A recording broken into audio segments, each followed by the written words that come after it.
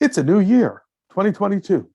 And unlike all the rest of the videos you've likely watched in recent weeks, I want to talk to you not so much about last year in review, but this year in preview. Welcome to Perspective Check.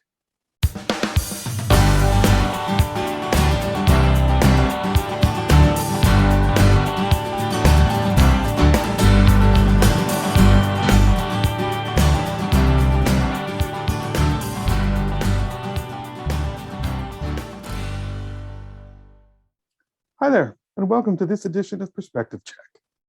I'm Steve Weissman, the Infogov guy, and I'm coming to you at the time of year when smart people like to talk about what happened in IG during the year before, which I think is weird because it's not like you weren't there yourself. So I want to talk to you instead about what's coming in the year ahead, specifically what's likely to capture much of your attention if you're doing information right. Let's start with the notion of bridging silos. If your organization is like so many others, and I suspect it is, no matter how good at IG you are, then you've got information all over the place.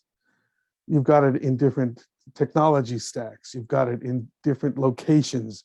You've got it in different formats.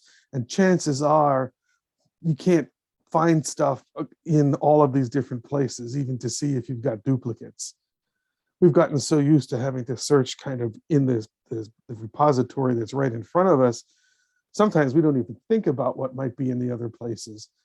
And as information professionals, we know what a problem that is. You probably have lots of rot in these places. Certainly you have duplicates. Certainly you have questions about, okay, well, which is the real one? Which is the one that's been blessed by corporate? Are they all secured to the same degree and with the same access controls? Chances are they're not. And so no surprise, we're getting lots of inquiries these days from organizations that are looking to unclog this information flow that well, I guess they don't have. It's a very process-based question. If I put in a query here, how do I get information out there on the other end and have it be the right information? How do we ensure that it gets in front of the right people at the right time?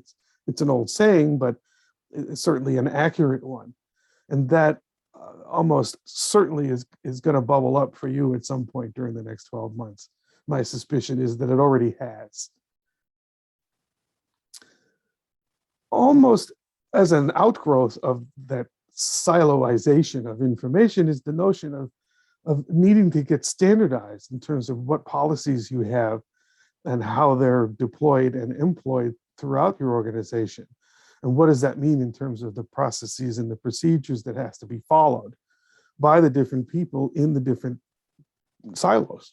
They could be departments, typically enough. They could be practice areas at a law firm. They could be departments within the government. Beyond a certain point, and I dare say a very small point, probably in most of these places, the people are doing their own thing. They figured out a way to get their work done, and that's become the policy. It may or may not reflect what the real policy is organization-wide, perhaps as dictated by some regulations somewhere that most of the worker bees don't even know exists. So it's important then to try to reconcile these different approaches to essentially the same problems of search/find, retention, disposition, that kind of thing. Many times it's very record-centric, but we, again, as information professionals, we know that these same precepts apply to information of all kinds. We have formally declared records, and then we have a lot of stuff that, air quotes, are records. We laugh internally when we talk about temporary records as if those two things don't compete. But there may be convenience copies and that sort of thing. And that's what you really want to be cognizant of and get rid of, because especially once a project is done or an audit fulfilled, it's just clogging up the systems when really the record is what you submit to the regulatory agency or whatever it is that's prompted that audit in the first place. So standardizing policies and procedures, reconciling them across silos and standardizing to a greater degree than today is another top of mind issue. Let me sum it up with a quote that we heard from a client recently, where they talked about how many different kinds of policies or different kinds of approaches to policies there are within their organization. It was very telling because the person said, somebody in this department here could follow their policies to the letter and likely will be violating a policy somewhere else because of the way that one is written. So they've done nothing wrong, and yet they're non-compliant in a different context. That makes my hair hurt.